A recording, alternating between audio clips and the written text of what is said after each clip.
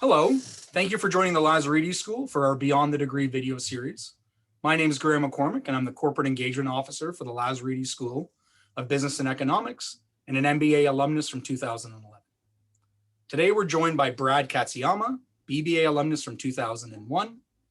Brad is the co-founder and chief executive officer at IEX Group, operator of the Investors Exchange, which is one of the top 10 stock exchanges in the world. Prior to founding IEX, Brad was the head risk trader and head of electronic trading at RBC Capital Markets, where he and his team uncovered ways that the existing stock exchanges in the US were selling high-speed technology and data to the detriment of long-term investors. Brad, thanks for joining me today. Thanks for having me. To get things going, you did your BBA at the Lazaridis School. Why did you choose to go to Laurier? A few reasons. One, it was close to home, but just far enough away that I could get to and from, but be kind of away. I had some good buddies that went there too. I was recruited to play football, which I think was another reason, and I had read a lot about the co-op program, so. Wanted to, go into business, and I thought that was also an interesting opportunity as well. But like the size, like the kind of the feel, went up and visited, and it was my top choice. Now, you said the co-op program was one of the reasons why you looked at the school. Do you remember your co-ops? You know who you did them with? Yeah, I only worked the first summer. Kind of a funny story, but I got the job through the football team to work at Nike, and I showed up in nice clothes on my first day, and they said, "No, man, wrong place." They sent me to the factory out back, and I was hauling boxes all summer, so that didn't work out that well. But the following summer, I got a job with RBC Dominion Securities at the time, or RBC Capital Markets, in their rotational program supporting the fixed income trading desk. And then the following summer, I went back and again at RBC and worked as an intern on their equities desk. So it was the only company I worked for essentially, and I joined there full time after I left Laurier. So prior to starting IEX, your career at RBC, you were in New York. What drew you to a career in finance and studying finance in university? Yeah, I think so. I mean.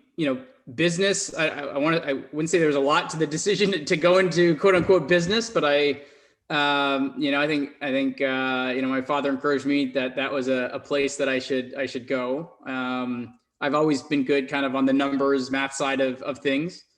And I was a competitive athlete kind of growing up. So I loved trading just because it was extremely merit-based. It was kind of fast-paced and competitive.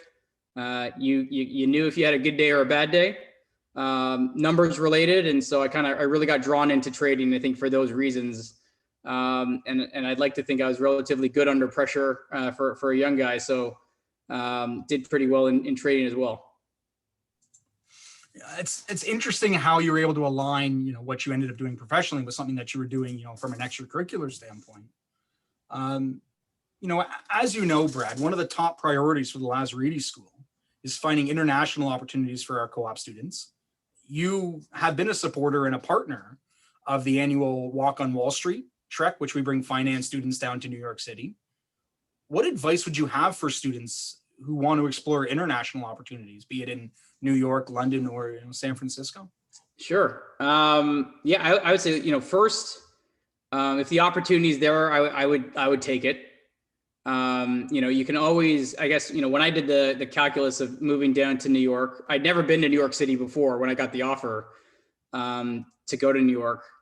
And, in many ways, I think, if there's parts of it you don't like, you can always go back. And I think those experiences are highly valued by Canadian employers, right? Because a lot of them just don't focus on doing business in Canada anyways. It's kind of like having a broader perspective, I think, is good. So I would say if the opportunity comes up, I would strongly consider taking it. And I was never someone who liked to negotiate, especially early in my career, because I always wanted those opportunities. So I would say go for the opportunity, because it does cost, especially, you know, international students, the visa issues. It costs companies money to take international students. And so I would say if they're willing to do that, you know, haggling over, you know, salary or haggling over anything, it's just, you've missed the, I think you've missed the point of trying to do that. So I would highly advise people to kind of focus on the bigger picture. If the opportunity's there, take it. And I don't think, you know, my best friends in the world still live in and around Toronto. Some of them I went to Laurier with. I don't think I planned on staying in New York long term. I think I just, I came to New York, didn't know really anybody, and just tried to make the most of it by networking and kind of building out the team and trying to make the most of the opportunity, and just, you know, in many ways, shape, or forms, just kind of built roots here. I can't see myself leaving now, you know, with 3 kids and you know, having kind of established our life here. My wife's from Florida, so she feels like New York is Connecticut is freezing cold. So I'm not sure about the move farther north, but I would say always focus on the opportunity first. Don't worry about the details. Take those opportunities when they come, and you'll probably find that many more will come to you if you're always the first one to kind of jump on something new. I think that's really great advice. You know, being open to take something will really put you in a, you know, in a position down the road that you're never really sure of. You know, how, reflecting back on your time as a student, were there things that you learned at the Lazaridis School that, you know, translates to your current role and what IEX has really set out to do? Yeah, I mean, I think you know, a lot of at least a lot of my business career, it's been focused on kind of networking and teamwork. You know, so at you know, Lazaridis School, I mean, I had a group of people that we studied together, and kind of was my network in the business school. I had networks through sports and football, and networks, you know, through a variety of other places. And I think you know, you learn a lot about how to balance that work life mix, which, you know, when, you know, if you're out there, you know, I was 23 years old when I moved to New York. You know, you're balancing work and life, you know, on your own with really no support network. So I think I built a lot of the skills at Laurier that I took to my job. I think one important one was always, you know, prioritizing. I had a lot going on in school, and so really had to focus and be smart about where I spent my time. I remember doing this exercise where I'd go through all of my classes and weight, you know, what my grades were. Was I like, what do I need to do to get, you know, an A in this class? And some finals just weren't worth that much. And so they would drop to the bottom of my list in terms of studying, and some finals were worth a lot. And so, like, I think kind of from an earlier age, learn prioritization and organization so that I could maximize where I spent my time. There's only so many hours in a day. You spend a bunch of that time sleeping. And so you got to kind of make the most of every minute you have. So I still do that now. I did that back then. So you founded IEX nearly 10 years ago. The company is often associated with Michael Lewis's book, Flash Boys, which examined the world of high frequency trading and the impacts on the health of the electronic equities market. How do you continue to drive momentum around a business when its launch is so celebrated by a New York Times bestseller? And can you give us a glimpse in what IEX is working on today? Sure. Yeah. I mean, it's, you know, you probably can't like ask for anything more than to be launching a new business, and, you know, to be on 60 Minutes and to have Michael Lewis write a book about you. I mean, it really, I mean, you know, he was my favorite author before I even met him. So the idea that happened is in many ways just kind of a, you know, a gift from God. I just can't believe that it happened. I think it was really important to, at least for me personally, for the company, to make sure that a lot of the things that came from the book happening didn't affect the way that we treated each other, and didn't affect the way that I ran the company. And I knew that everyone was going to be looking to me to kind of set that example. And I really made, Michael Lewis gave me some great advice when it came out, and he said, read something good about it, good about you, something that's written that says you're a hero, and then read something out there that calls you a liar. He's like, trust me, there's going to be both, right? Because this book's going to make a lot of people angry. And I did that. And he said, do an inventory of how it feels. And if the bad one feels way worse than the good one feels good, stop reading everything. And so I stopped reading everything. I'm not on social media. I just kind of put my head down, and I had a team of people that would read all the press. If there was anything that came up that we wanted to address, we would do that. But not being kind of sucked into that social news kind of vacuum, I think helped kind of give me perspective. Now that the spotlight is not on us, I'm much happier. I didn't need that. I definitely didn't want that. But I think by not, I think letting that affect me and kind of my relationships and my family, there's no part of that I miss, but I do feel very blessed that it happened. Since that time, I think at the time when the book came out, our record day was like 30 million shares, which seemed like a lot. We had 6 days in a row last year in 2020 where we did over 1 billion shares a day. So we'll do more notionally than the Toronto Stock Exchange. So IEX has grown massively, since then. We've stuck to our guns where, things that are in that book are as true today or truer today than they ever have been. And I think we've had a really big influence on the regulatory discussion, meaning that, I've testified in front of Congress and the Senate. I spent a lot of time, with the SEC in DC. And I do think that, a lot of the regulation that has changed or is going to change will ultimately benefit, pension funds and mutual funds and just create more fairness in the market. Because a lot of these practices that I think that we set out to address have not only been kind of outed and identified, but people are now educated to the point where they know how to avoid them, and they really know how to kind of document and kind of bring the regulators' attention to these issues. So I think maybe we're in the third or fourth inning of kind of what we set out to do.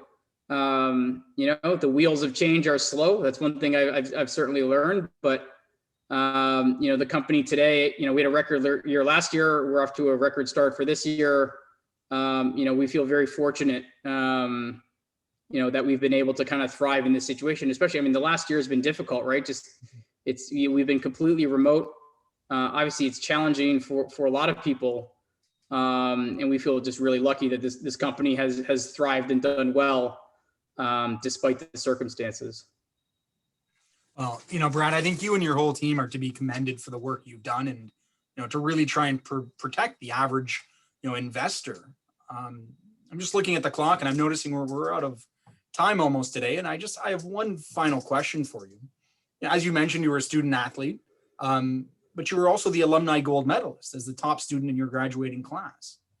How did you manage the academics and extracurriculars, and why did you find it important to have something outside of the classroom while you were on campus? I think, from my standpoint, it's always been about balance. I think that, being involved in a lot of things gives you perspective. I think, I have 3 kids. My 10 and 9-year-old boys both play hockey and lacrosse. And I think I played football at Laurier. And I think team sports is an incredibly valuable experience, that I enjoyed having, and that, I want my kids to enjoy as well. And I think that, it forced you to kind of take on time management.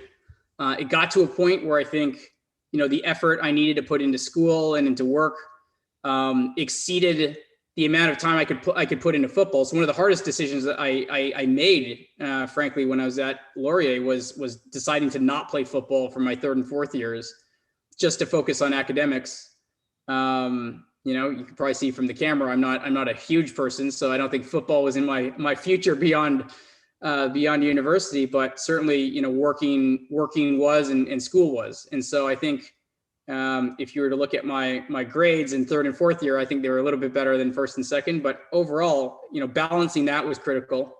I also think that, just the lessons, I think Coach Foles has done a great job, and I spend time with him, and I spend time every year talking to some of the football players. And I do think some of the biggest lessons that I bring to business every day came from playing team sports, came from playing football, and just, what it means to be a good teammate, what it means to kind of work hard, what it means to have integrity, and to win or lose, how to handle yourself. And I think those are lessons that I don't know I would have learned in a significant of a way if I didn't kind of try to take on things both inside of school, but also outside of school. And it doesn't have to be sports. It could be anything extracurricular where you have to commit to a group of people and dedicate a lot of time and try to excel in a different way. I think those opportunities are opportunities people should really seek out. And it just creates I would say a more well-rounded perspective that you can take to your job when you eventually graduate. Brad, thank you for sharing your insights and experience today. I know it'll be of great value to everyone in the Lazaridis School and Laurier community.